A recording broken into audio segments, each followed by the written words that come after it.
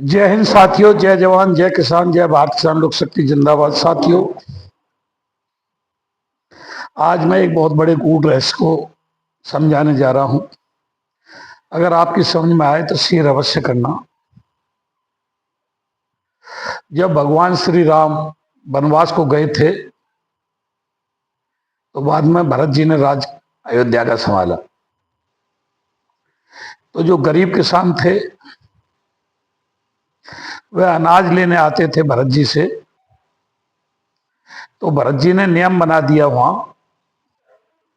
कि किसान को सीधे पल्ला से तोलोगे और उल्टे पल्ला से लोगे। सीधे पल्ला से तराजू के से गेहूं दिया जाता था, अनाज दिया जाता था, गेहूं तो नहीं, जो भी अनाज उस समय होगा, और उल्टे पल्ला से लिया जाता था। जब भगवान श्री राम वापस आए वनवास काट के और उन्होंने किसानों को बुलाया और पूछा कि भाई भरत जी ने कैसा राजकाज चलाया, तो किसानों ने भरत जी की शिकायत कर दी कि महाराज ये सीधे पल्ला से गेहूं देते थे और उल्टे पल्ला से अनाज लेते थे। भरत जी का तो ये था कि विशाल हृदय की बात थी कि भाई किसान गरीब है, चलो इसी बहाने से ना जाने इसको सहारा लग जाए। लेकिन उसी किसान ने भरत जी की शिकायत की कि महाराज ये सीधे पल्ला से अनाज तोलते थे और उल्टे पल्ला से लेते थे। तो भरत जी ने उन्हें श्राप दे दिया कि तुम कभी एक नहीं हो पाओगे, ये किसान बरादरी कभी भी एक नहीं हो पाएगी। या लीजिए फोन। तो वो श्राप आज भी साक्षात्कार होता हुआ दिखाई दे रहा है। हम लड़ाई लड़ रहे हैं, 2 महीने पूरे हो चुके हैं।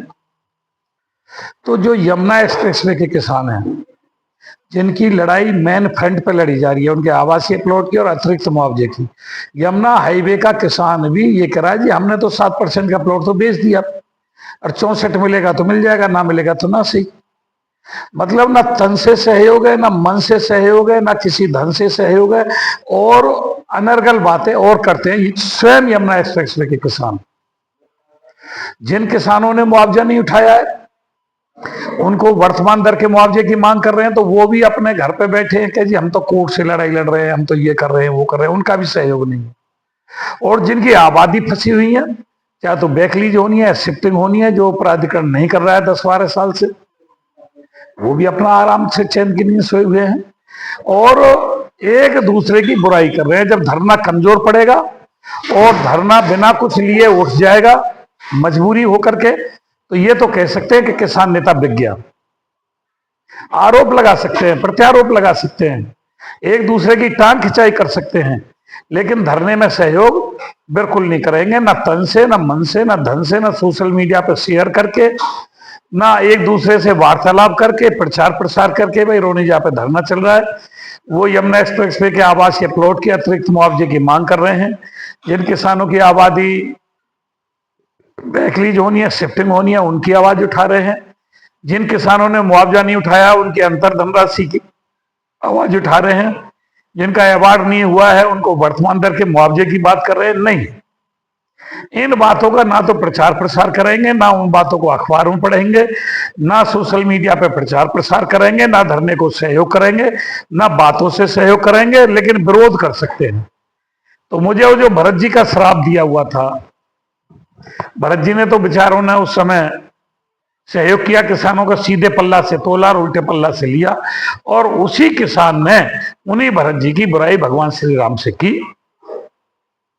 हम तो ना भरत है ना भगवान श्री राम है, लेकिन निस्वार्थ भाव से धरने पे बैठे हुए हैं। 2 महीने हो गए, लेकिन ना खेड़ा मोहम्मदाबाद से, ना मिर्जापुर से, ना नीलोनी से, आसपास के किसी भी गांव से, ना चपरगढ़ से जो नजदीक, ना खिल्ली भाव से, नियरेस्ट किसी भी भाव से, कोई भी जो नियरेस्ट के गांव हैं, भाईपुर की भी जमीन गई है, धनपुरा की भी जमीन गई है, आगे सभी गांवों की जमीन गई है, खेड़ा मोहम्मदाबाद की जमीन गई है, लेकिन किसी का भी कोई भी सहयोग आज तक धरने पे किसी भी प्रकार का नहीं है। कोई पंचायत बुलाते हैं तो पंचायत में सहयोग नहीं है, और जब किसान बिना कुछ लिए उठ जाएगा यहाँ से, धरना समाप्त हो जाएगा, तो फिर आपस में बातचीत करेंगे कि भाई किसान नेता बिछ गए। यह कहने में उनका मुंह नहीं दुखेगा, और आपस में प्रचार प्रसार करने में भी कि भाई रोनिजा पे धरना चल रहा है, हमें सहयोग करना चाहिए, आपस में इस प्रकार का वार्तालाप करें, इसमें भी उनका मुंह दुखता है। लेकिन ये कहने में मुंह नहीं दुखेगा कि किसान नेता बिछ गए। ये तो एक छोटा सा शब्द कभी भी कह सकते हैं, अपने गलेबान में नहीं झाकेंगे कि हमने किसी भी प्रकार का सहयोग नहीं दिया, हमें भगवान श्री भरत जी का श्राप लगा हुआ था, इसलिए हम सहयोग नहीं दे पाए। एक तो हमने जन्म ही ऐसी बरादरी में ले लिया है तो वह बरादरी एक दूसरे का टांग खींचती है, वह बरादरी तो सहयोग ही नहीं करती। जाट बरादरी या गुजर बरादरी या अन्य बरादरियों का तो ये होड़ कर नहीं सकती, ना अपने आदमियों को आगे बढ़ाने का काम कर सकती, सिर्फ टांग खिंचाई और आरोप प्रत्यारोप में लगे रहेंगे। मेरी बात बुरी लगती हो किसी को तो मैं उससे क्षमा याचना चाहता हूं। धन्यवाद। जय हिंद, जय भारत, जय भारत से हम लोग से।